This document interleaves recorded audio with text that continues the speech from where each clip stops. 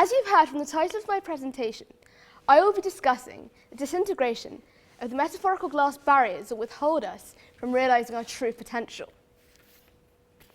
Firstly, some audience participation. Can I see a show of hands?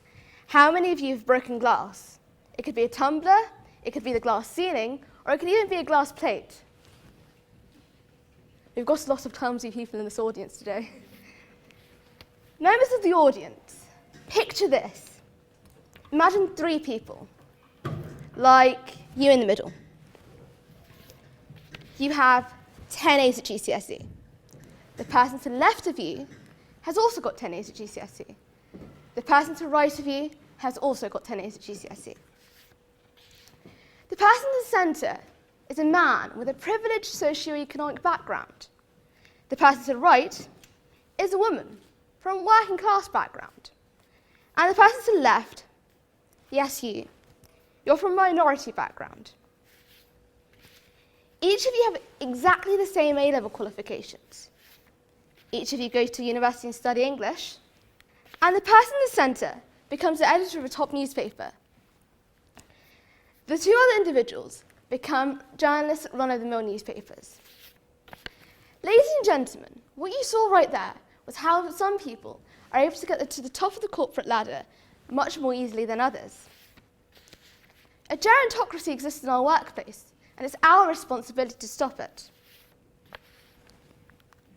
The glass ceiling is used to describe an unseen barrier that stops minorities and women from getting to the top of the corporate ladder. The glass cliff is a relatively new phenomenon, where women and minorities are given a virtually impossible task and later fired for not being able to do it. Presumably everyone in this room is going to have a family of their own at some point, or already has a family of their own. Fear of breaking glass is going to spread from generation to generation, from my future children to their children to their children. Worst of all, companies are going to be unable to succeed. According to a university study done at the time of the recession, banks with equal representation did not have to be bailed out by the government, whereas banks with unequal representation did. Unequal representation is a big problem, and it affects every single member of this audience, because it influences the way the government spends your taxes. If you continue not having equal representation, then we're going to continue weakening our economy. There needs to be a willingness for everyone to sit at the table and listen. What the solutions are?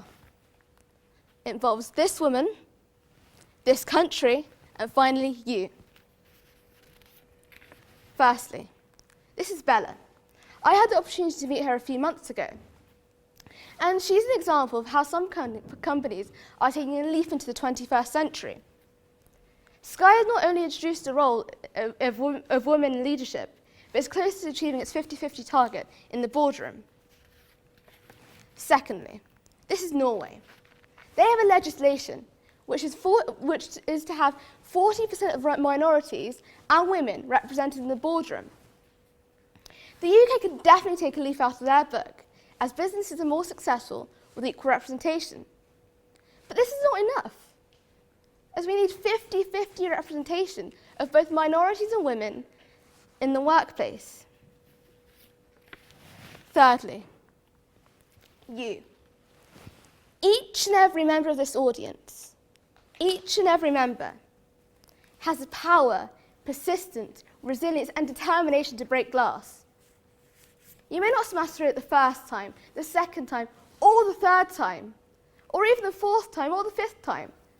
But you're definitely going to smash through it, paving the way for thousands of young people. Finally, I'd like to end on a quote by Nelson Mandela. He always says, "It's always impossible until it's done." Thank you very much for listening.